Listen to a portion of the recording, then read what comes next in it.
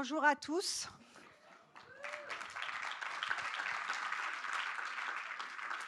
Donc, bienvenue au Théâtre Maiden qui nous accueille pendant le festival pour ces conversations.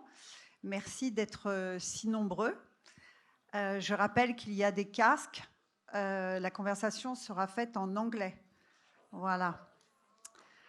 Alors, nous allons assister aujourd'hui donc à une conversation exceptionnelle avec l'une des plus grandes figures cinématographiques de notre époque, lauréate de 2 Oscars et de bien d'autres prix dans le monde, dont la carrière a marqué plusieurs générations. Madame Jodie Foster.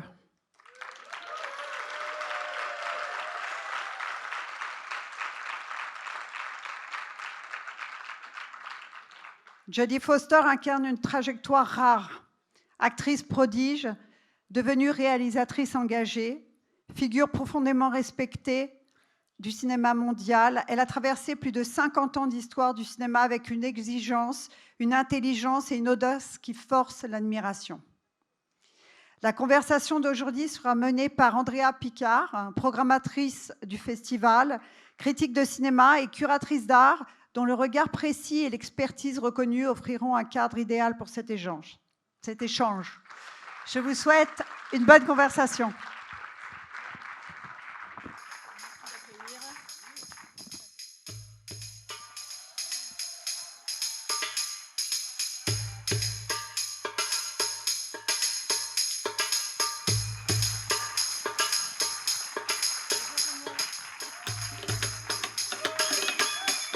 Thank you all for being here. This is a wonderful privilege for us. Melita had some wonderful words for Jodie. We're so happy to have you in Marrakech. Thank you. Is this your first time here? It's my first time here, but it won't be my last. No, Yes, we'll want you it's back. It's a great visit. So Jodie also was the recipient of one of our tribute awards, and the ceremony was last night. Yes. I have to say it was a very moving ceremony, and I was very emotional about the clip reel, actually. The breadth of your work was there, and then it was as if there was a reminder of watching you grow up on screen. It was quite beautiful. And as part of that tribute, we are also screening Vie Privée, which screened last night, as a gala, which is the new film by Rebecca Zlotowski. And Rebecca, are you here? Rebecca's here. Thank you. There she is. Voilà.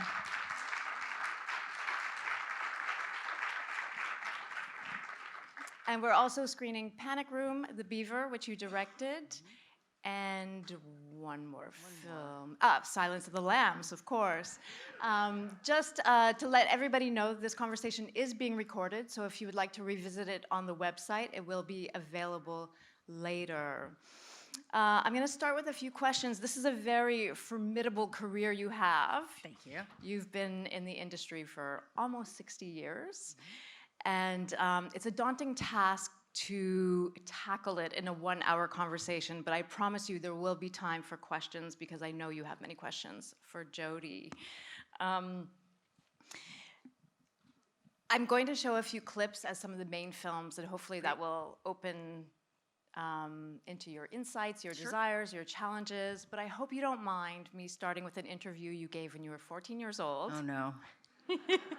No. Oh, yes. I'm going to fangirl for a moment. This was after you had done Taxi Driver with Martin Scorsese, an interview you gave with Interview Magazine with Andy Warhol. Okay. And you demonstrated such maturity. It was incredible. And also wit and perspicacious. But this is the quote that I'd like to begin with.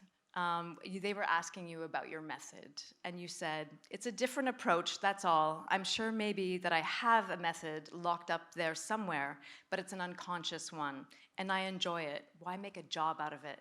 Oh, wow. Okay. Isn't that great? And what a job it has been. Yeah. Well, it's a lifetime. I mean, I think that's something when you start working before even your memory really starts. You don't really know anything else, and you get very used to the idea of seeing yourself from the inside and from the outside simultaneously. And I feel blessed by that because I feel like I did away with some of the self-consciousness that a lot of actors have to, struggle with a lot in their lives. But also, it's a very strange way to be in the world. I don't know if it's made me crazier or if it's made me saner. I'm not sure. It's one of the two. But do you still have that same enthusiasm that you had expressed then? And if you do, what do you account for that after all of these roles? Well, I just love movies. And that really is the secret, that I'm just a big movie lover, and I always have been and I always will be. I think my favorite day is to get up in the morning, maybe do a little skiing, and then the rest of the day watch movies and eat. Like, that's it. That's all I ever want to do. Sounds like a great life. But yeah, because I've done it for so long, my interest wanes a lot. I don't want to repeat things that I've done before. I also get very insecure if I haven't worked for a long time, but I've done a lot of publicity tours. So, the publicity tours are confusing because there's a lot of people talking about your past or all the things that you've done, and it makes me feel like they're lying and I don't know what I'm doing, and that I have to go back out and prove myself again and make a film. So I feel most myself, I think, when I'm making movies. So in terms of taking stock, you'd rather just move forward? Yeah, I remember when I was, maybe in my 20s, mid-20s, I made a lot of movies back to back, and I would come home, and every time I came home, I'd send more boxes home. But then I'd go off and I'd make another movie, and then I'd come home and there'd be a bunch more boxes. And this went on for a number of years, and I realized I never opened the boxes. I just never bothered opening the boxes that were coming from the past or any of that. I will never see the movies again, probably, that I've made. Yeah, I think it's the only way to deal with it, is just to keep moving forward. Yeah. I hope you'll forgive us for unboxing today. We're going to go through the trajectory in some ways. When I was choosing clips for this talk, this is going to sound like a very banal observation, but some of your characters swear a lot. Oh. And I thought, there's something to this, but it's very much, I think, representative of the grit and tenaciousness and a lot of the characters that you're drawn to. Would you say there's like an overarching, not inspiration, but what do you look for in characters? Well, there's some things I look for, I suppose, but what's most interesting is what I'm not even aware that I'm searching for. So I have been drawn to very strong characters. I was as a young person, and when I was younger, I wanted to be central. I didn't want to be the sister of, the wife of, the daughter of, the girlfriend of. I just wanted the movie to be about me, and I wanted it to be a solitary journey. I wasn't really that interested in who I was in relationship to others. I really wanted to make movies that was about my journey and my transformation. And so, of course, I was terrifically self-centered, like all of us, for all of those years, but also reacting to a kind of second wave feminist interests of saying, I want to matter. I want to make movies that matter. I want to make movies where I'm a human being as opposed to just the girlfriend or the object of. And so those unconscious decisions are kind of interesting. I played a lot of victims, for example, in my first, the first 30 years of my life without really understanding why. And then as you get older, you start looking at the pattern. You start looking behind the rearview mirror and start understanding why it is that you picked the things that you did. I think a lot in terms of, I'm also a cinema programmer, and we think a lot about filmographies, no tourism, and bodies of work. And of course, you're a filmmaker, but I also think the body of work is slightly, we could call it a tourist in terms of your acting work. And what would you, if forced to, what would be that singularity of vision? Well, some of it is just how I got there.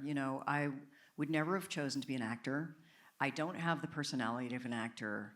I'm not somebody that wants to dance on a table and sing songs for people. It's actually just a cruel job that was chosen for me as a young person, which I don't remember starting. So right there, it makes my work a little bit different because I am not interested in acting just for the sake of acting. If I was on a desert island, I think probably the last thing that I would ever do is act. So I was just trying to survive. I was put in a job that I had no capabilities for. I'm kind of an intellectual person. I was as a child. I was a reader. I was solitary. And then I was put in a job where people said, okay, now pretend that's your grandfather and cry. And I was like, oh. how do I do that? So I had to, by survival, have to learn to be somebody who lived more emotionally, more spiritually and psychologically. I wasn't born that way. And it means that my choices have been different, I think, and that my acting style is different, and that I'm interested in different things than a lot of other people. And because it's so challenging for me to act, I don't do it as often. I need to recover. I need a lot of recovery time, so I get very picky about what I do and what I don't do. You've earned that right, definitely. Thank you. In terms of those choices and those decisions and that agency, that came very early. I would like to talk about the transition of making children's films, and then meeting Martin Scorsese, and then going, you made Alice Doesn't Live Here Anymore, and then Freaky Friday, which was a Disney film, and then Taxi Driver, and that seems so radical to me. Could you take us back to that moment? Yeah. Well, also before then, so I started at 3. I did, ads and all that kind of stuff. By 6, I was on a pretty successful television series, and I did a lot of television from probably 6 to about 12. And then I did my first film at 6, kept working, and then at 12, I stopped making TV. So I didn't make TV again until a few years ago as an actor. So there was a whole bunch of work that happened before I started work with Scorsese. I did a lot of Disney movies, and I did cartoons. I mean, I worked. So I had a different vision of what an actor's life was. I thought it was just that somebody would give you a script, you would read the lines, you would learn the lines, maybe you would question a few of the lines, and then you would be told to act naturally. That's all I thought it was, and I thought, wow, this is not an interesting job. This is not enough for me. When I went to do Taxi Driver with Robert De Niro and Martin Scorsese, Robert De Niro kind of took me under his wing, I guess, and he'd meet me at my hotel room, with my mom, and my mom would hand me off, and then he would take me to these coffee shops, and we'd run the lines again. We'd run the lines, and we'd run the lines, and then that happened a second time and a third time. And I'm sure maybe some of you have been here when Robert De Niro is here, are one of our greatest American actors. So proud to have worked with him. Not the most interesting person on earth. And at that time, he was very much in character the way he was in those days. So he was really uninteresting. And I remember having these lunches with him and just being like, oh, when is this? What is happening? When can I go home? And he wouldn't really be able to talk to me, so I would talk to the waiters, and I would talk to people in the restaurant. But then he finally kind of walked me through improvisation by the time we had our sort of third lunch together. And it opened my eyes to what acting could be. And I realized, at 12, oh, it's my fault because I haven't brought enough to the table.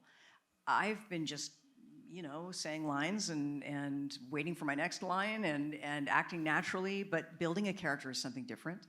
And I remember how excited I was. I remember being kind of sweaty and excited and giggly and coming back up into the hotel room, up the elevator to meet my mom and saying, like, I've had this epiphany. And I think from there, everything changed. I think this is a perfect time. We do have a small clip from Taxi Driver, Okay. So let's roll that one.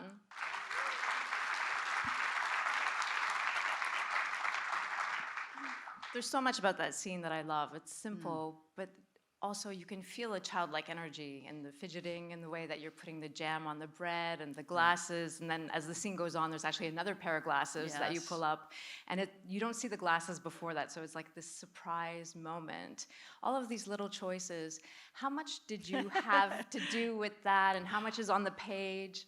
I had nothing to do with those choices. That was Martin Scorsese. He had met with a girl. Actually, she's in one of these scenes. She was a prostitute. Maybe she was probably, at that point, she was probably 18 or 19, but she'd been on the streets for a long time. And, she was a bit of a drug addict, and that was her thing, lots of sugar on the bread, and she had a bunch of sunglasses. And so he gave that gift to me. And, I think the thing that's odd and wonderful about the casting of me at that time, why it's not me, is that I'm playing a hypersexualized character, right, in a job that's a job that has to do with sexuality, and yet there's a total humanness and a kidness and a strength of character to who she is, as if those two things could go together in a way. So it's a very odd mix of that. I think that's what makes it so strange and wonderful, is that I'm miscast for the role. Right. The miscasting, I think, is what makes it so good. And you feel that in this scene, at least I do, with the way that you're eating. And if you can imagine, I was 12 years old, and I went to a uniform French school, with a little patch that said "Cogito ergo sum." I think, therefore I am. And a little blue blazer, and I wore knee socks, and I skateboarded, and I did not want to wear hot pants and big high platform shoes. It just it was just such an odd pairing that I think that's why it's such good casting. And did you feel a distance to the character, or was there any apprehension in getting ready for the role? No, I'm not really sure what I did to get ready for any of it. I mean, it's a pre-conscious time in my work, and there was a lot of problems with hiring me at the time. Brooke Shields had been cast in Pretty Baby, Louis Maille's movie. There was a lot of scandal around it, and all of America was up in arms that a child should be in a film that has big sexual content. So I had to go through all of these psychological tests and stuff, and we hired a lawyer to try to get me to be able to sign on to the film. People kept saying, "Do you know what a prostitute is?" I was like, I live in Los Angeles. I live 5 blocks from Hollywood Boulevard, and I've seen Visconti movies, and I've seen, Antonioni, and I've seen, my world was so big because of movies. Even though I lived in this very rarefied way, my world was really quite big. Who was showing you Visconti? Well, that was my mom. She was my film school. My mom's interest in movies, she always loved movies, of course, but I think a lot of her interest in foreign films was because she never traveled anywhere. She was, raised in the Midwest and had never left the United States until she was 50-something, and it was her way of dreaming. We bought a Peugeot. She put me in a French school. We painted the house terracotta like Rome, and it was her way of feeling like somebody who had lived a wider life. How wonderful! Yeah, lucky. It's a great film school. And where did you see movies in LA? Were you? Well, yeah, we didn't have DVDs and VHS and all of that yet. So we went to film festivals. There was a film festival in Los Angeles called FilmX that we went to, an international film festival. I remember watching a 6.5-hour German film with puppets. Very serious, dark movie. We watched all the Fassbinder movies. She was a big fan of Marlon Brando. We would go to the Marlon Brando Film Festival and watch every movie over and over again. And very often she would pick me up from school. She would take me to see a foreign film, usually, because she wanted me to be able to speak languages.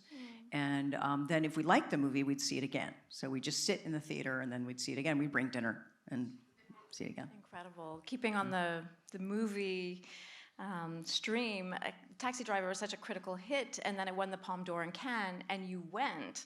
So that must have been great for you. Yeah, it was. I don't know if anybody's seen the new Martin Scorsese documentary that Rebecca Miller did. That's on Netflix right now. It's so great. It's just such a treasure, that documentary. But yes, they all went to Cannes. Nobody wanted to bring me because they didn't want to spend the money on me. I was doing another movie. I was doing Freaky Friday at the time. So my mom said, "No, it's really important. She speaks French. This is Cannes. She speaks French." And so we paid for our own flights. The two of us went, and Robert De Niro was there, Harvey Keitel, Martin Scorsese, but they were really paranoid at the time because the film had not come out yet, and people were saying, "Oh, this film is really violent, and maybe it should get an X rating," and there was all this lobbying about what kind of rating it was going to get. And we all did the press conference together, but then after the press conference, they all got too scared, and they wouldn't leave their rooms at the Hotel du Cap. So I ended up doing all the interviews in French for the entire team of Taxi Driver. Incredible. Yeah. Well, I was going to say that opened your eyes to cinema transcending borders, but clearly, you were already there. Yeah, and I had made other movies before, and strangely, I'd already been on press tours with another film. So I don't know. It all just seemed. It just seemed natural. It just seemed like this was what I did. And so much of my life was traveling around the country with my mom. You know, I made movies in, Cincinnati and in Columbus, Ohio, and in Georgia, and, all over the country. And we'd go to these little hotels, Holiday Inns, and we had a thing with a mini bar, and we'd put things outside to keep them cold and make food and stuff. And so we just had this whole gypsy life together. You sounded like such a great team.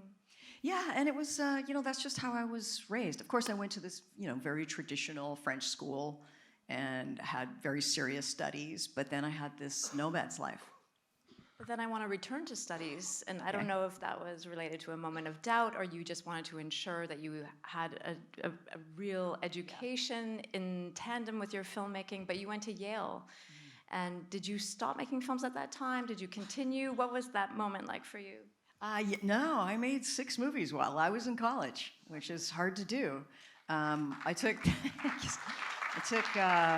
they weren't very good movies, but I took, summers. I worked in the summers, and then I took a semester off. A semester, it ended up being 3 semesters because you had to take 3, whatever. There were reasons for it.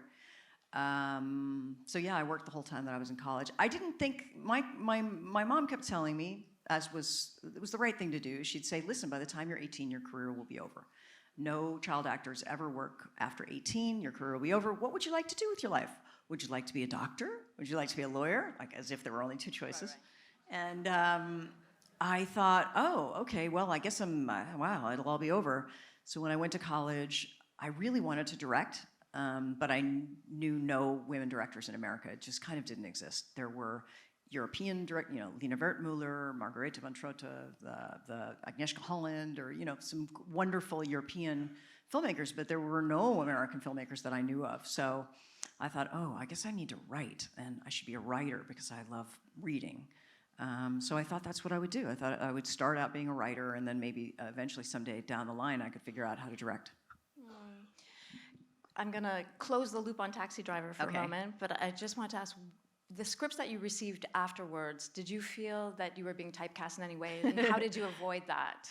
Well, I did 2 Disney movies right after Taxi Driver. So that did that. So I came out, and Freaky Friday, of course, was a very successful movie at the time. So yeah, once again, it goes back to my mom. It really was her choices for me. I was really not making my own choices. I would read the scripts, of course, and I would read my part, but honestly, I was not making my own choices. It was really it was a vicarious search from my mom. She wanted me to be meaningful. She wanted me to be respected. She didn't want me to be an object. And she wanted me to be a model.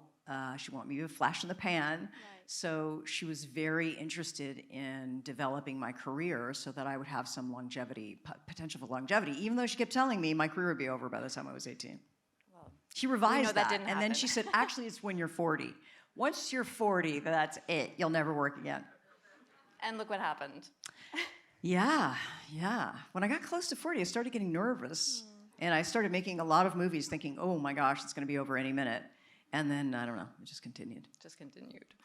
I want to talk about your first Oscar. Okay. So, The Accused, Jonathan Kaplan, that is a very taxing role. Of course, you play a woman who's sexually assaulted, and then there's a trial to indict the men who are inciting it. How much did you mentally have to prepare for that role? Or not? Maybe I know the answer to this. You guys are going to think I'm really lazy. I was really lazy before I turned about 28 somehow. I don't think it was lazy. I think I was afraid. I didn't do any mental preparation for that movie. The only thing I did was I went out dancing a lot because I thought that was important. And yeah, I just kind of showed up, having read the script maybe twice.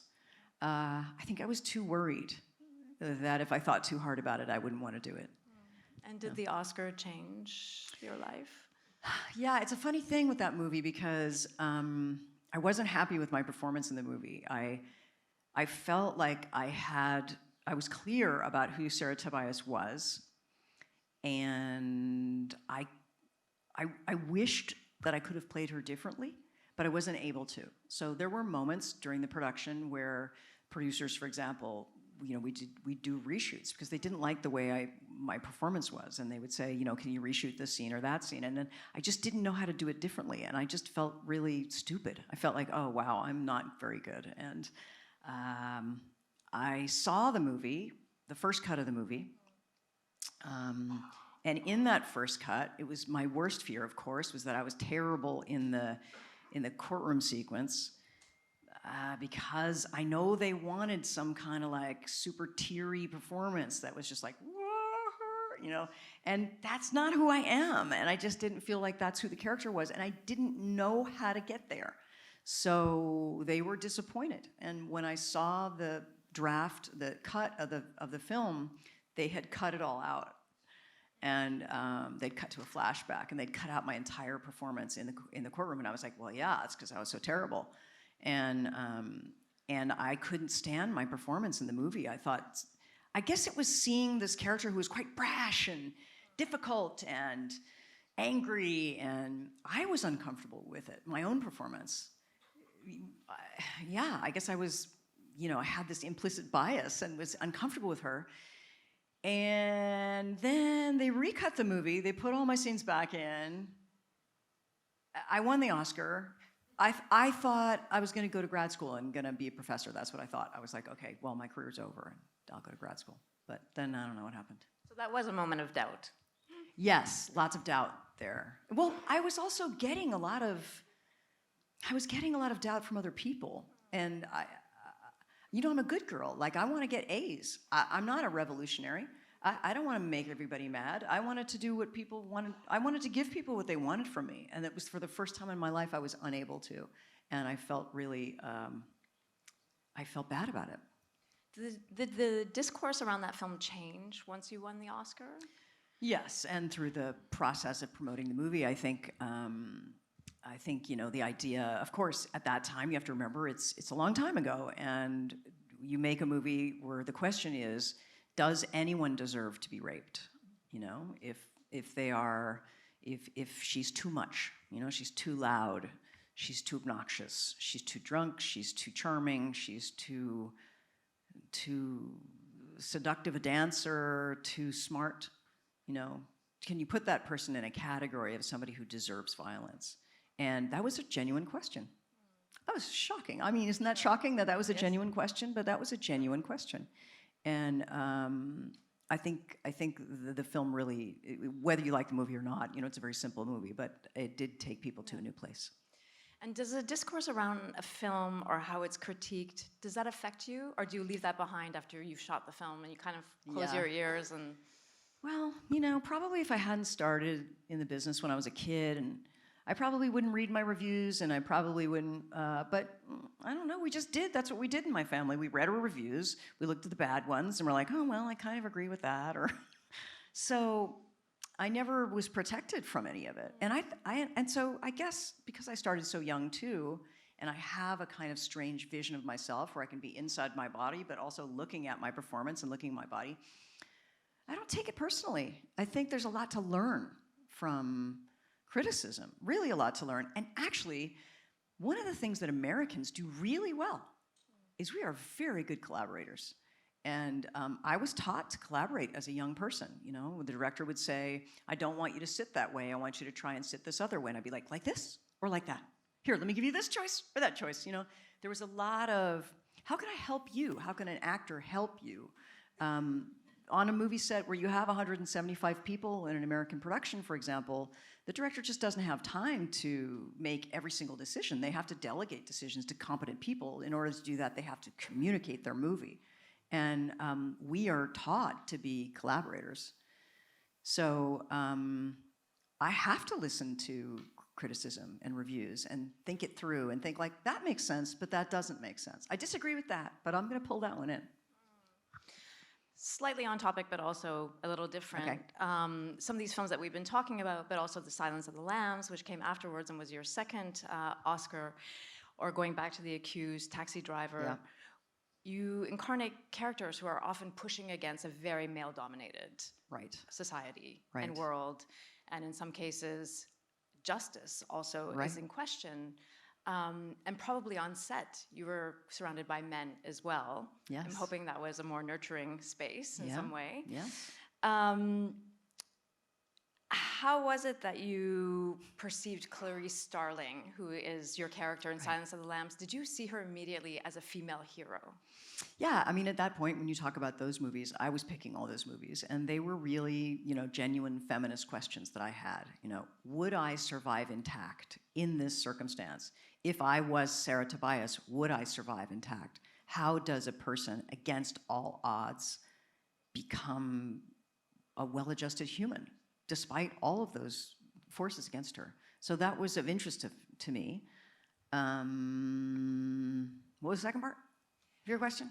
Just more about her being a female hero. Yeah, and all these guys. So I was raised on film sets where there were no women. So occasionally there'd be a makeup artist.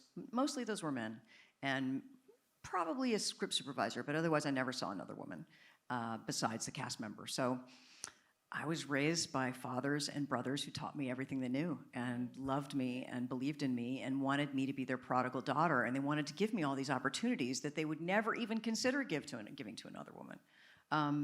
They wouldn't even be thinking about women. Like, it kind of just was the way it was, that I never saw another female face, and I never questioned it. So strange. That's just how it was, and I think that at that time, it was a transitional moment for men as well. They wanted to see that tomboy. They wanted to see a strong woman, and they were supportive. There are, lots of areas where there's lots of microaggressions, and that we all have navigated around, all of us, anybody who's my age. But for the most part, I have to be I'm really grateful for those guys for stepping up. Wonderful. I think now is a good time to show a clip of Silence of the Lambs, please.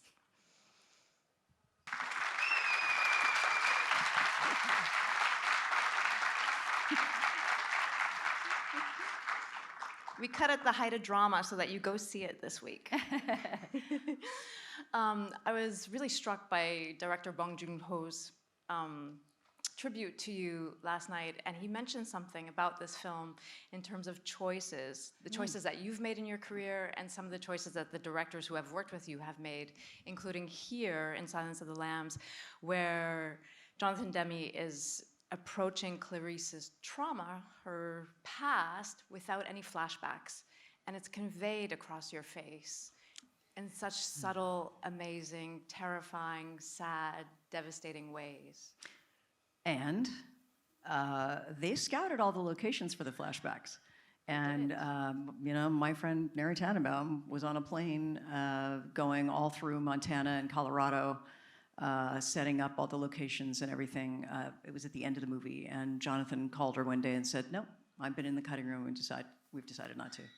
So, wow, incredible. Yeah, they are choices that every filmmaker makes along the way. I mean, this film is such a great movie. But there are so many pieces at work. Just the sound design, for example, which was kind of the first time that sound design had been done, that I remember having been done in films, where the use of these sort of creeping low tones of wind and things to emphasize the idea of silence and her trauma, her sort of, her sound trauma. But also the way we shot with these, it was 35 millimeter, of course, so it was a time before digital, but with these very shallow kind of lenses that you would go in and out of being in focus and not in focus. The idea of the first point of view, the point of view being inside the camera that comes from Hitchcock, that the audience just gets used to. They just get used to this idea that people talk to each other through the lens. The Christy Zia's design of that beautiful, weird cage in the center of an armory. All of those things contribute, all of those collaborations, and I think, of course, not just Ted Talley, the screenwriter, but Thomas Harris, the novelist, everybody's best work was on display, and we all know that we were never as good ever again. And how was it working with Anthony Hopkins? Oh, lovely, such a lovely guy. But he was scary, he was scary at that time, and I didn't have a lot of chance to talk to him before we started shooting. He was making another movie, so he only came in for a couple of weeks, and they'd put him in his cage, and then we'd do his stuff direct to camera. So I wasn't necessarily there. I was behind the camera, but he was looking into the lens. And then the next day, maybe we'd have these long dialogue scenes where I'd be looking into the lens. So we never really got to talk to each other. And then we got to the end of the movie and realized that we were both really scared of each other. And he said to me, I remember I was eating a tuna fish sandwich, and he said to me, I was really scared of you. And I said, I was really scared of you too. And then we became friends after that. Amazing. So incredibly, that same year, 1991, you released your first directed film, Little Man Tate. Yep. What an incredible year. We do have a clip. I'd like to go to that immediately because I'm afraid we're running out of time. Okay, sorry. I'll be short. No. We want to hear these stories. So you said that you had always wanted to direct. Yes. Why did it come to at that moment right there? Yes, I'd always wanted to direct, but I never thought I'd have the opportunity. I did like a little short when I was 14 or 15. I read this script kind of out of a slush pile, actually. And I think they wanted me to act in it. And I said, I will act in it if I can direct it. Franny and Zoe was my favorite book, the J.D. Salinger book, and I'd always wanted to make a movie about the idea of a prodigy or a wild child, you know, a person of demonstrable intelligence and yet who's lacking in so many other ways. So. Many of the critics also made parallels between your life and this film in terms of your precocity and intelligence. Thanks. Do you consider your films personal? Oh yeah, I mean, you couldn't be more autobiographical, really, except that none of the plot has anything to do with me. But other than that, it was, very much, and I worked a lot with the writer, with Scott Frank, who's a very good friend, who went on, this was his first movie he wrote as an undergrad at UC Santa Barbara, and so we worked a lot on the screenplay together. We were both the same age, and he went on to, of course, to become one of the biggest writers in Hollywood, and he wrote like Saving Private Ryan and Minority Report, and then went on to do so many things. The Anya Taylor-Joy chess movie, wonderful. You guys all remember who that is. Yeah, Queen's Gambit, and he's an extraordinary director and a really good friend, and we've been friends ever since. What was the greatest challenge in making your first film? Well, acting and directing together at the same time is hard. And for a first movie, that's really hard. And then, of course, to have a 7-year-old who's never acted a day in his life was also hard. So it was probably a dumb thing to have undertaken. But strangely, all of that went really well. I think when you don't know any better, you kind of just don't know any better. I made sure that for my second movie, I didn't act in it. But then you do again in The Beaver. Yeah, I acted in The Beaver, but then I didn't again in Money Monster. So You're going to alternate. I go back and forth, yeah. Just to move things along a little bit, I'd like to talk about, maybe you might not see it that way, but many people have written about a certain phase where they see you taking on more action films. Oh. Would you not see it that way? I'm not sure I would call them action films, but there was a lot of action in them, and I have to say, I love, that's my favorite thing. I like running and jumping, and I like at the end of the day to feel like I actually did something instead of just talked. A big budget. I want to talk about Contact. We have a clip of that as well. Let's run the clip for Contact, please.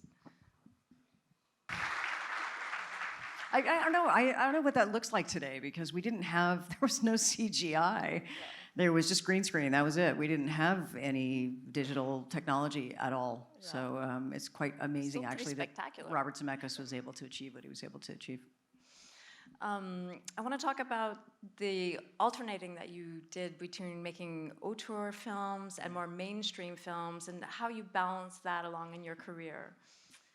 Yeah, I guess there were some particular choices with that. I mean, my goal was to make movies that touched people, and I wanted to touch as many people as possible, but I also wanted to elevate the experience and to have films that were able to have that were challenging and that had an intellectual approach in some ways, and that also had this strong emotional component. And yeah, I wanted to make mainstream movies. I felt like I was a mainstream actor, but I was interested in things that were maybe less mainstream.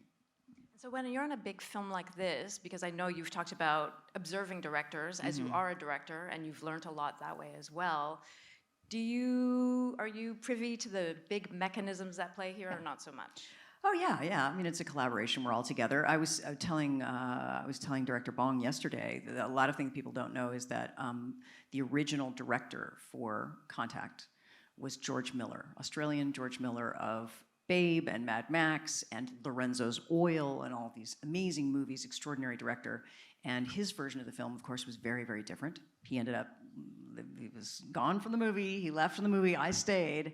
And when Robert Zemeckis came in, he took a full year to completely re-examine everything about this script and to turn it into a Robert Zemeckis movie. So that was really quite a wonderful thing to see a George Miller movie become a Robert Zemeckis movie.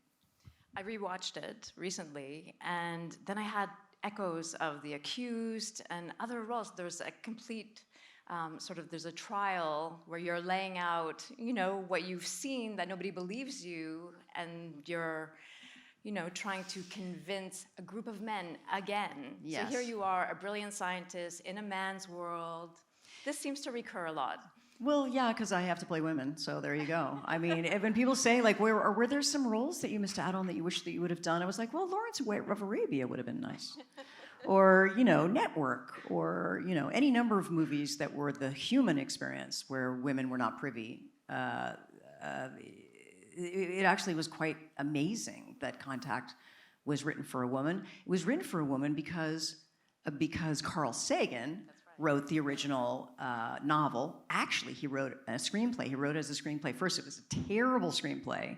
And he was like, well, I'm never doing that again. And he made it as a novel. That took 10 years, and then this happened. And I think that was why I took this on, not because it was a CG movie or because it was a big epic mainstream movie, but because it really challenged important ideas about where spirituality and science come together. And I think of all the characters that I've ever played, Ellie Arroway is the most me of every character, right? Somebody who is driven, ambitious, wants to have meaning in her life, and is a solitary figure, and is, in some ways is so disconnected from this world because she's moving towards a world that feels bigger and more meaningful, and has to come to terms with the awe of all the unknown. So it's a pretty smart movie, despite all of the pyrotechnics. And since a young age, you see her as a child at the beginning, so there's that lineage as well. Yeah. I mean, it was called a brainy blockbuster. Yes. For what that's worth. Yeah, I did some other brainy blockbusters too. I mean, you talked about my, action films. I did tend to play a lot of women who were saving their children. That I did. But there's something important about that very simple, heroic journey that women had not, at least in my generation, had not been privy to. And so it was a slightly revolutionary act to put a woman, or to say, what does a female human look like when they're the hero of their story? Right. But you haven't been in that many women's films. Not many when? Films directed by women. Right. I did only one in like 45 years. And then in the last 4 films, they've all been women. Incredible. So. And we will get to Rebecca's film very shortly. And you as a woman would know why that is. Well, they just weren't, there were none, and they weren't offered. And when you looked at really up until 15 years ago, when you look at the list for mainstream movies and you go down their director's list, I never saw a female name. Never, not once. And the idea of, which is understandable, right? If you're making a movie that has a certain risk attached to it, so let's say you're making a film that costs, well, now it would cost $125 million or something. They would say, well, there's no woman that's directed a movie that cost $125 million. And then you'd say, I wonder why that is. So the idea was not to give women these huge mega movies if they had not had any experience. How about giving women the experience first? So the same way you do with kindergarten, where there are 10 boys and then there are 10 girls, and everybody has to get educated. And so in kindergarten, there's 20 kids, 10 of them are boys and 10 of them are girls. We have yet to make that happen for young filmmakers. Do you want to make more films? Well, yeah, I want to make more films. I'll be making films till I die. You can't get rid of me that fast. I don't think anybody's looking to do that. You'll have to forgive a personal indulgence. Sure. I'm also a big fan of David Fincher. Yes, You me made too. Panic Room. We're going to show one scene from that film. Sure. So the two very interesting things is that I was completely pregnant in that film. I started off, well, because I got hired very quickly, and I started off at whatever, and by the end of the movie, I was 6 months pregnant because it's the longest movie I've ever made. Longest movie I've ever made with five people in the dark in one building. Yeah, David Fincher, who, and I'm sure all of you love David Fincher as much as I do. I think I've never learned as much from any director as from David Fincher. He is a film school all unto himself. He has the reputation of being very meticulous. Yes, and I love it. I would do anything for him. Anything for him. And if he wants me to stand on my head, I'm happy with that. But yeah, it can be difficult, right? So sometimes, you'll have that last shot where they threw the Dopp kit was 120 takes on that one shot. And 120 takes. Okay. Last day of shooting, last shot. We're gonna let that one. I'm not. No comment. He was nice to me, though. I didn't have as much trouble with that. I mean, the filmic architecture of this film is quite amazing, and I've seen it several times. And then the camera work. I think it was Darius Khondji. Was it? It was Darius Khondji for half of it, and then it was somebody else for the other half. Yes. Got it. Okay. But I think what's so great about this film is that it seamlessly traverses several genres. It's thriller. It has some high comedy moments. There's some, obviously family moments, and it's slippery in a way. It is, and it's one of those screenplays. It's a 90-page screenplay that is so intelligent and so well crafted. Probably David Koepp, one of the greatest screenwriters of our time, decided to make this little like knife in the water. So. Like Roman Polanski's movie Knife in the Water, that's all action, and yet everything that you reveal about the character gets revealed through that action. Right. And Forrest Whitaker is incredible here. Yes. He really is. Yeah, and little Kristen Stewart. I was just going to say, and of course that's Kristen Stewart, right. Who, like you, is a child actor. Yeah, also a very specific moment in my life. I was really pregnant, and I had already had a son, and I was like, oh, I wonder what this next baby will be like. And here I am stuck in a closet with, an 11-year-old. For months and months and months and months, and I just got such a kick out of her. I was like, I wonder who this kid's going to be when she grows up, and of course, secretly, it was like, maybe I'll have a daughter, and they'll be just like her. And then, of course, she's just made her own feature film. Yes, Chronology of Water. Year. Yes, exactly. Just recently. So I'm wondering, you've talked about the support you've gained from men on set because there weren't very many women amongst actresses. Has there been mentorship in Hollywood? Mentorship, I don't know that I felt a lot of mentorship with actors and actresses, but I always feel like, how you see all these movies where women are like, hate each other, and they're just like cat fights, and they're always trying to get one another, and I just have never encountered that in my life. I certainly have never encountered that in the movie business, ever. If anything, I think the women are really on each other's side because they know how few opportunities there are. And as I get older, I feel even more of a community with women in the film industry, actresses in the film industry. So yeah, I don't know about mentorship. It's kind of hard with actors. Like, how do you mentor another actor? I'm not really sure. I know that I do with child actors. I do find myself reaching out to the young child actors of this era because I feel for them, and I feel like, wait, where are their parents? And why is somebody not telling them that they should, stop doing so many movies, or that they should, maybe not be so drunk on the red carpet, or, I want to take care of them because I know how dangerous it is.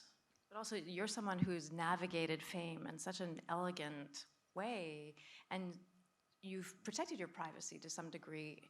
And now I think about social media and how all of that has changed. How have you managed to remain so private? Well, it was a different time. We didn't have those big long lenses, out the windows, and people didn't have cell phones, and we didn't have celebrity culture the way it is now, and the way it has been for the last, 15, 20 years.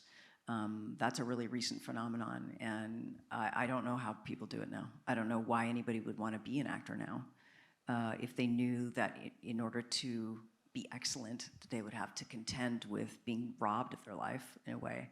I don't know how you make sense of that except to have, I think, what my mom helped me do, which is to have this very firm delineation between your private life and your public life. And even right now, I've been on the road for a little while with Vie Privée and talking to people and going to film festivals. Like, there's a part of me that starts feeling very insecure when I'm not either working or in my pajamas at home. So very soon I will be in my pajamas at home. Everybody needs some alone time. You need to recuperate and find yourself. Yeah, and have some sense of who you are. Of course, it's a weird thing being an actor, and having people project things on you. And I think I understand it more because I've done that my whole life, and I had to survive intact. So in order to do that, I had to really have that delineation. You seem so grounded, and from a very young age. Yeah, I guess so. As a kind of as a survival mechanism. Yeah. Well, we mentioned private life and vie privée. I think this is a perfect setup. Can you please roll the clip for vie privée?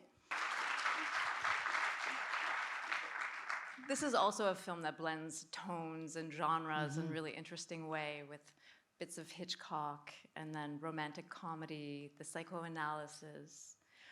I'm sure Rebecca sought you out for the role. What interested you in playing Lillian Schneider? Well, that's the beauty of it, is that is that Rebecca is able to kind of have lots of different genres exist in one piece. That has a serious side to it, an intellectual side to it, that asks big questions, and then also doesn't take itself too seriously. That has a light side to it too. I just loved the script. I thought Rebecca just wrote, and Anne Barrest, of course, wrote an absolutely beautiful script, and it was a script that had momentum, that had big questions, and I have been dying to do a French film in French for a long time. I've done a few in my life, but only little small roles, so this was kind of an opportunity to do something bigger. And we really saw eye to eye, and she put together such a miraculous cast. I just can't believe how blessed I am and how blessed we are. It's such a great ensemble cast, and I love every role, every scene with you and Daniel Auteuil. It's incredible. Thank you. Yeah, the second I met him, he really felt like he was my brother, like we had known each other forever. Because of course I've been looking at his face for, 30, 40 years, and so I did feel like I knew him. And of course you're fluent in French. Your French is impeccable, and you have worked with Chabrol and Jeunet in smaller roles, and this is a almost fully French role. Yep. How does it make you feel different to act in French? Does that bring a certain vulnerability or? I do feel like I sound different in French, so I have a higher voice in French, and I am not as sure of myself. And I guess that makes me a little more insecure, a little more vulnerable, because I'm always worried that I'm not going to be able to find the right words or communicate myself well. So I get nervous, which I don't normally. I just don't get nervous. So it was interesting. And would you be looking to make more foreign films? Sure. I mean, I'd love to make another movie in French, of course, because I do feel like it's a part of my personality that I just never get to use. And half my culture, because I went to a French school. But I have made movies in other places. I made a movie in Italy, and I've made a movie in Germany, and lots in UK. So I love the global family of making films, and wherever you go, it feels like they're the same people wearing the same jeans and complaining about coffee at 3 a.m. But it also allows me to open up and learn a new culture too. We're almost out of time, Sure. But I do want to mention your role recently on True Detective. Oh, so yeah. you've just starred in a big TV show, which has been very successful. Yeah, streaming is able to do things that we're not able to do in traditional mainstream movies anymore, right? So real narrative now in the United States is on streaming. Big franchise superhero movies are what you see in the movie theaters, but really the real narrative is on streaming. So if you look back, so if we unbox again, Okay. I'm afraid, and you look at all the phases that you've worked within, Yes. but also the industry and how that changed, whether it's auteur's 70s and then the mainstream blockbusters to streaming and television, what is it that excites you and alarms you at the point in which we are now? Well, yeah, I got, I was so lucky to have been able to live, just to be dropped into the 1970s, which is our golden age in American cinema, and, the anti-heroes and all of those auteur directors. I was just lucky. I was just a kid who was in the right place. Where are we headed? I am embracing this idea of there being these two opposite ends of the industry, one which is mainstream Hollywood, mainstream distributor films, and more independent films on the other end, which are is entirely similar to the independent industry that you have in Europe and in other places. And then streaming, which has really taken up the mantle of narrative. You're able to tell 8-hour stories or 5-season stories where you can explore every angle in a way that you could never in a feature. So I love the fact, that freedom of that. And in terms of, whether we're gonna be, people's attention spans and their viewing habits have changed, they have. COVID changed everyone's viewing habit.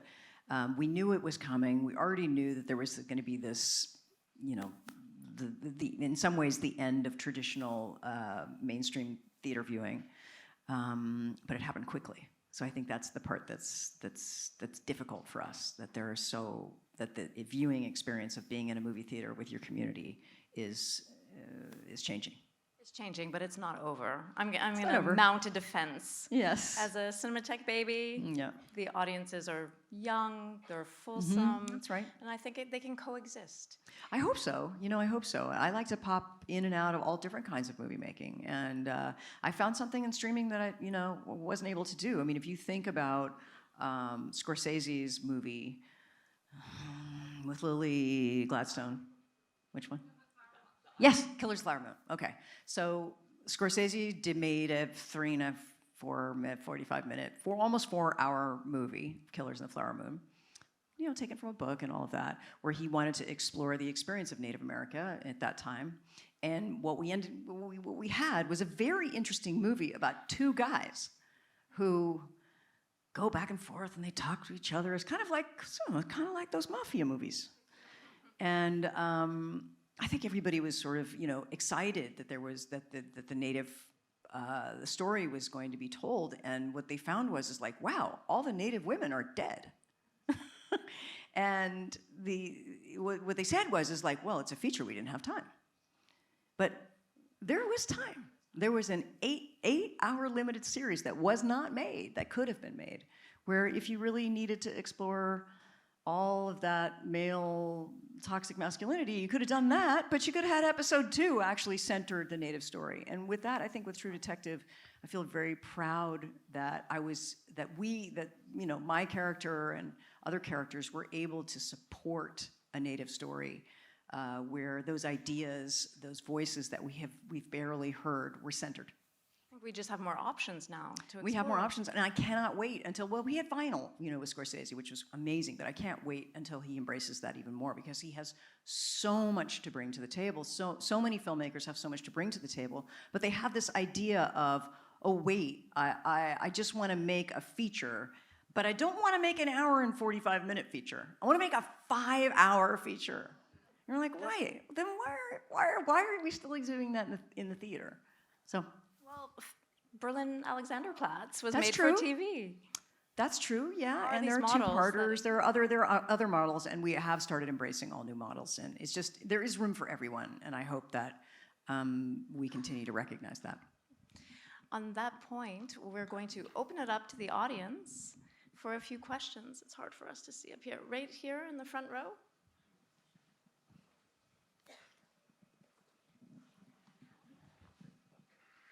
Hello. Hi, Jodie. Lovely to meet you. Thank you. And honestly, you're truly an icon of cinema. So congratulations. Thanks. I know you said that you love food in a movie, so I've got a juicy one for you. Okay. So if you were to invite any of your past characters to a meal in a movie, who would it be? What would you eat and watch? And what advice would you give to each other? Oh, wow. Well, for starters, I definitely want it to be a Moroccan meal where we all sat around something round together, right? Gosh. I did a lot of solitary movies where I wasn't around a whole bunch of people. It was always like my movie with just me. And I'm really enjoying making films that are about relationships, that are with more people and that are more ensemble oriented.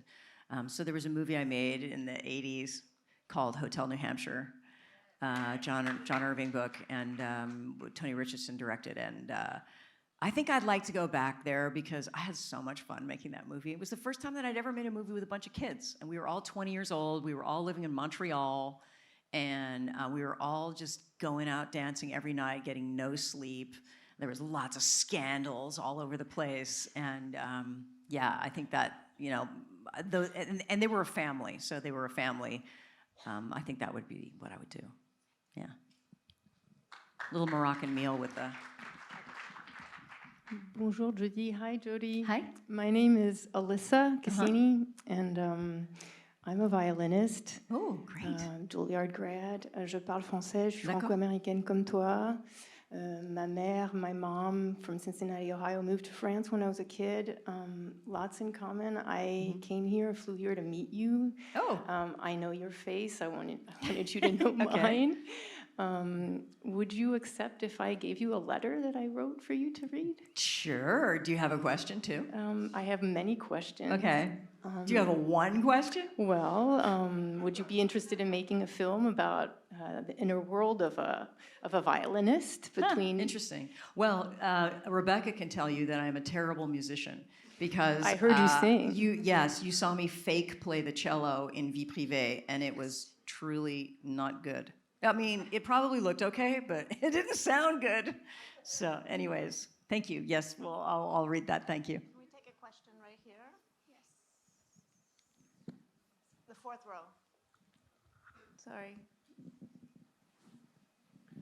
Hello, Mrs. Foster. Yes. Thank you for this very interesting and deep conversation. As an Italian, I have a question for you. Okay. What do you remember of the shooting of Casotto with Sergio Scitti in Italy, gosh. which is a very Italian and even in Yes. Italy a bit forgotten film? Yes. I'm not sure how great the movie was, but it was crazy and so much fun. So it was directed by Franco Citti. No, was it? Yeah. Sergio Citti, and then Franco Citti was in it. Mariangela Melato, very famous, Swept Away. I think Catherine Deneuve is in it. Flora Mastroianni, Ugo Tonassi, Gigi Proietti, Michele Placido. It's an incredible cast. It's a crazy idea, which is, you know those little cabanas in Italy on the beach? It's just like a little tiny thing, just like a little tiny cabana, and it's all these characters that come in and out of this cabana, but the camera never leaves the inside. It does for 1 minute where a character makes a hole for the camera and the camera can look through, but it's it's a crazy movie. I'll never forget making it. I was in Rome and, you know, enjoyed the experience. Who's up here in the corner? This woman right there. I don't know how we're going to get to all these. Hey, Jodie. Hello.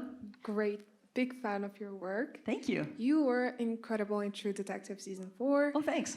And I was wondering, how different was your experience producing and acting in television than in cinema? You know, it really wasn't different at all. It was like making a big, long movie. But I think that's because we only had one showrunner, one director. That was Isa Lopez, Mexican director, wonderful woman I just adore. And I was there for 7 months. She was there for a year in Iceland. The winter in Iceland. It was just like no other experience, I think. HBO was fantastic. We all got along. We all liked each other. It was, it was sort of a life-changing experience. I think I learned so much. Mostly, you know, being able to figure out how to be in a movie that felt genuinely Native. So it wasn't just Native Americans from Alaska, Inuit from Alaska, but it was also Native people from Greenland and from northern Canada and, you know, from all over the world who coming together to have the showrunner director just really listen to their stories and to have them fully collaborate and to fully be a part of the process. So it was just fantastic. Can we have a question or a microphone right here? Hello. We met before. Yes. But I'm curious about this thing. You said that your mom basically chose your career. Yeah. So I was wondering what happened when you had kids. I mean, how did it work? Because they were the kids of a movie star. But you had your own experience that someone else chose for you, and you were lucky and successful. But how did it work? If you want to share, of course. Thank you so much. Yeah, she chose my early movies, and then there came a point where she went off and did her own thing, when I was ready to kind of launch and do it all myself. Yeah, I had an idea about how I wanted to raise kids, and I really wanted them to have a normal life, and maybe because I didn't have a normal life. So there was this whole romance that I had with the idea of, going to school every day and only going on vacation, for a week and a half in the winter and, a month in the summer, and doing all the things that American kids do. So that was, and I think I didn't work a lot when they were young, and I kept from them that I was an actor. I didn't do it on purpose, but they just didn't ask. They didn't say, "Mom, what do you do for a living?" So I sort of never told them. And I think that was a really good thing, that they did not really grow up in the middle of the film industry. Now I have one child who's an actor. He's 27, living in Brooklyn, starving, having his beginning of his career. And then my other son is in grad school for science. So they're two very, very different guys. Question right here. Hello. Hello. The amazing Brazilian actress who dubs your voice since the 90s Ooh. once told me that she took months to recover from Clarice Starling. How was your recovery from that character? Oh my and gosh. if you could tell us a few words about the process with Jonathan Dean. Wow, that's wonderful. I love it that there are actors out there who dub my voice in other languages, and they've been doing it on every film all those years. I dubbed a lot of my movies in French for many, many, many years. But it's always interesting to meet those actors and to thank them for their performances. I loved working with Jonathan Demme, and I loved making that movie. And we were really a big, happy family. It was not all horrible. We had a lot of fun making that film in Pittsburgh. Jonathan Demme just was a really special person for me. And I'm so sad that we lost him so young. I always say that he was the greatest feminist director that I worked with. He was always the person that was most interested by the characters who were marginalized, most interested by the underdog, by the person who were left out, and not necessarily the person on top. So we'll miss him. We have time for just a few more. You can clap for Jonathan Demme, absolutely. Okay, let's go towards the back middle.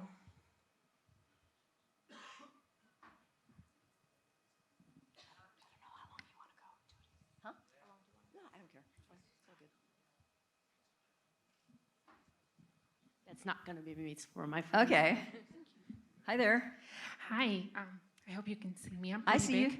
Good. Well, first of all, I'm so happy to be in the same room as you. Oh, thanks. I'm so happy to be so many foreigners. I'm Moroccan myself, but it's just great to see so many people here. My question to you would be, because I'm an aspiring actor and director, Great. how did you make the leap from being an actor to a director? It's obvious that acting isn't your favorite thing in the world, Yeah. but then at least when you're an actor, you only have one job in a way. But Yeah. being a director is that's a huge leap, at least for me. And how did you make it from your comfort zone as an actor to a huge director? Thank you. Yeah, I was very lucky because I'd been in the industry for such a long time that I already kind of had an in. And when I found the script for Little Man Tate, what I said to them is, I will act in the movie if I can direct it. So since I was a pretty famous actor already, it was to their benefit in terms of risk. If I hadn't come to the table with anything, I probably would never have been given that opportunity. But I was able to come and say, I will work for free, or I will work for scale, and I'll bring these other actors to the table. Diane Wiest, for example, and I was able to get Harry Connick Jr., somebody who's really sought after at that time. And I'll make this very small budget independent movie with me starring in it. So that's kind of how I did it. Yeah. Negotiated well. Negotiated, yes.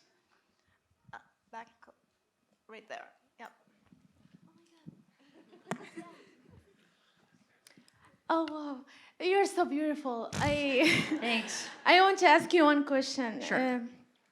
do you feel responsible for opening doors for the next generation of women in cinema? Thank you. You're so Whoa. beautiful. Wow. Well, I wish I had taken on that responsibility earlier. As I said, I feel kind of guilty that I made all these movies for all these years with all men, and I never questioned it. I just never looked around and said, this is strange. It just didn't seem strange. That's just how the way it was. And I know a lot of people who are my age who worked in industries where there were no women, I think probably felt the same way. They just were like, oh, I guess this is just how it is. And now, of course, and as all these years forward, and I had a production company, and I worked with, I produced movies with other women, and brought up first-time women directors, and that feels so good. It feels so good to see new work being made, and work that, of course, reflects our culture, our female culture, the way that we were raised. There's a lot of discussion about, the male gaze and the female gaze, and it's true. We come from different cultures, the same way that if you were raised in Morocco, and let's say you lived on a farm or something, it would be different than somebody who's raised in Belgium making shoes. Like, they're just two different things. And so I really embrace our differences and love seeing new voices, new perspectives, and new points of view. And I always talk about, my favorite, female gaze movie, which is The Portrait of a Woman on Fire by Céline Sciamma, who's a good friend of Rebecca's.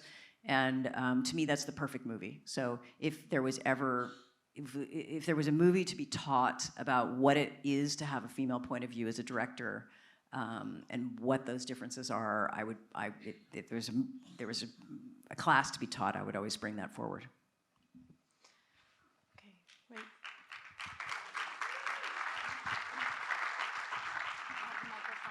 Oh. Thanks, of course. Thanks for sharing your genius with us this afternoon. Gosh. You're quite remarkable. Oh, thanks. So much mentioned early on about the early days of your life with your mother. Yeah. And there's one reference to your dad and your brothers. What about the role? Who was your father? What role did he I didn't play? know my father, although I knew where he lived and stuff. But I ran into him a couple of times in my life. But I've never known my father. So they got divorced right before I was born. Their divorce was final before I was born. Although I have 3 brothers and sisters, they're all older than me. So he was not a part of my life, and it was important for him and for my mom that he not be a part of my life. My brother was an actor, and he was my older brother. I really looked up to him. He was a child actor, kind of a famous child actor. He did 2 series that were very successful in the United States. And then he hit a certain age where it's awkward to go on to be an actor, a regular actor, and it was the early 70s, and his hair was long, and then suddenly he was, a surfer, and he was getting tattoos, and his career ended, and he went off and had a happy life. Yeah. We have time for just a few more, I'm afraid. Okay.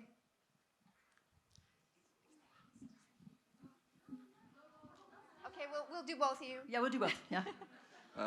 Hello. Hello. If your life were to be a movie, which it partially is, Uh-huh.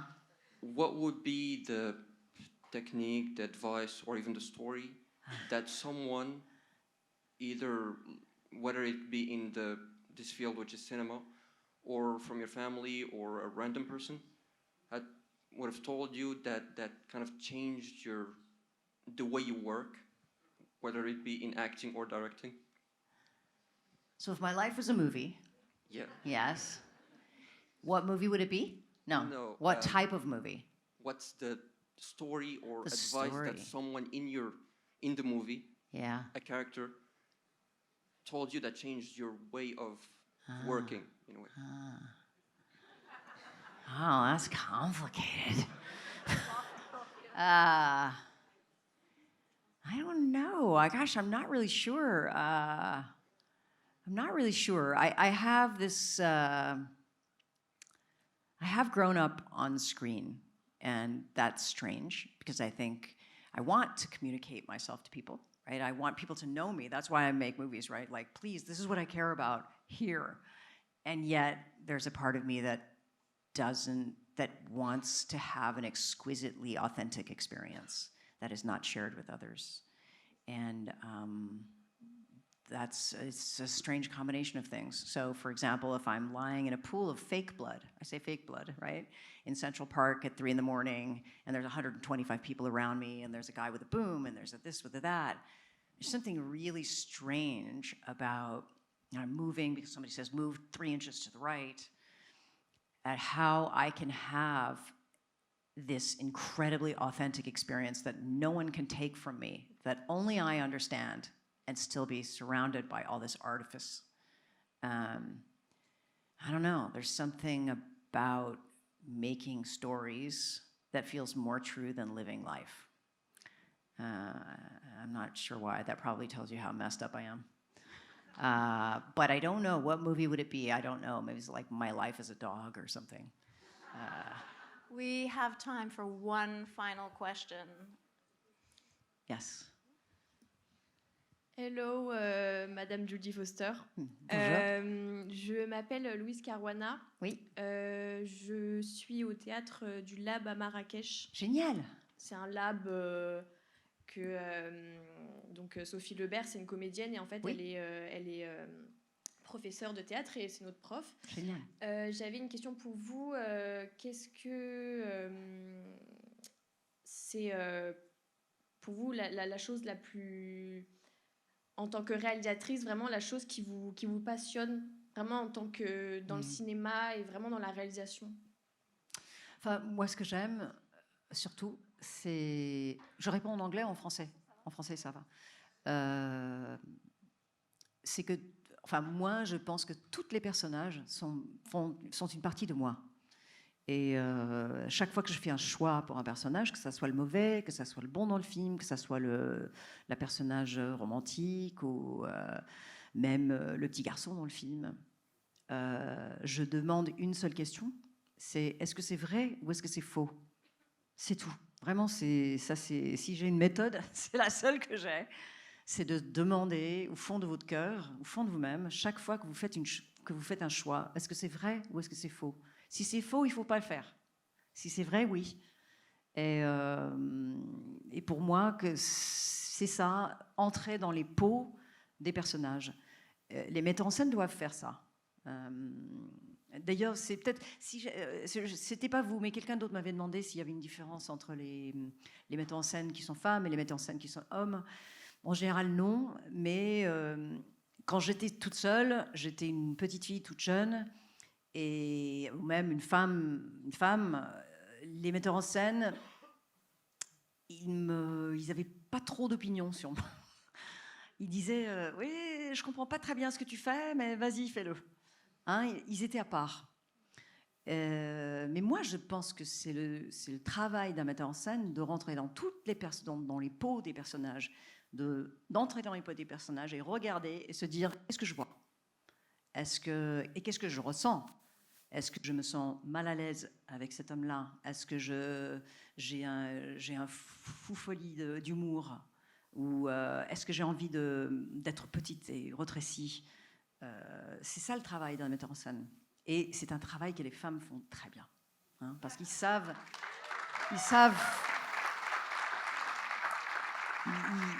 Ils n'ont pas peur de rentrer dans les personnages et de demander des questions.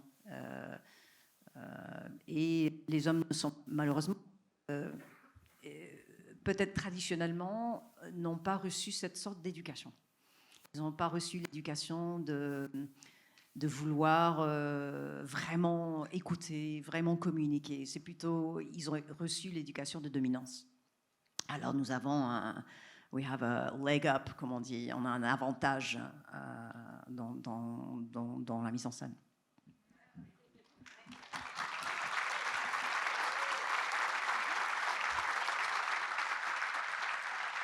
Jodie, it's been such a privilege and an honor and a pleasure listening to you speak to us today. And you're definitely welcome back to Marrakech anytime.